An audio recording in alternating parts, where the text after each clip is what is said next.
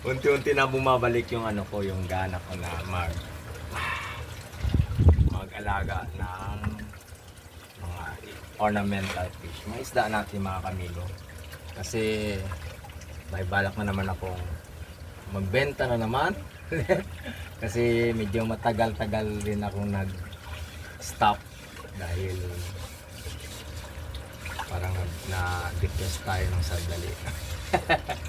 So, yung ginagawa natin ngayon, naglinis ako ng tank para kahit pa paano malapit na yung Pasko, makita na may konting display tayo dito sa labas. Maganda yung ano natin, mga water change tayo.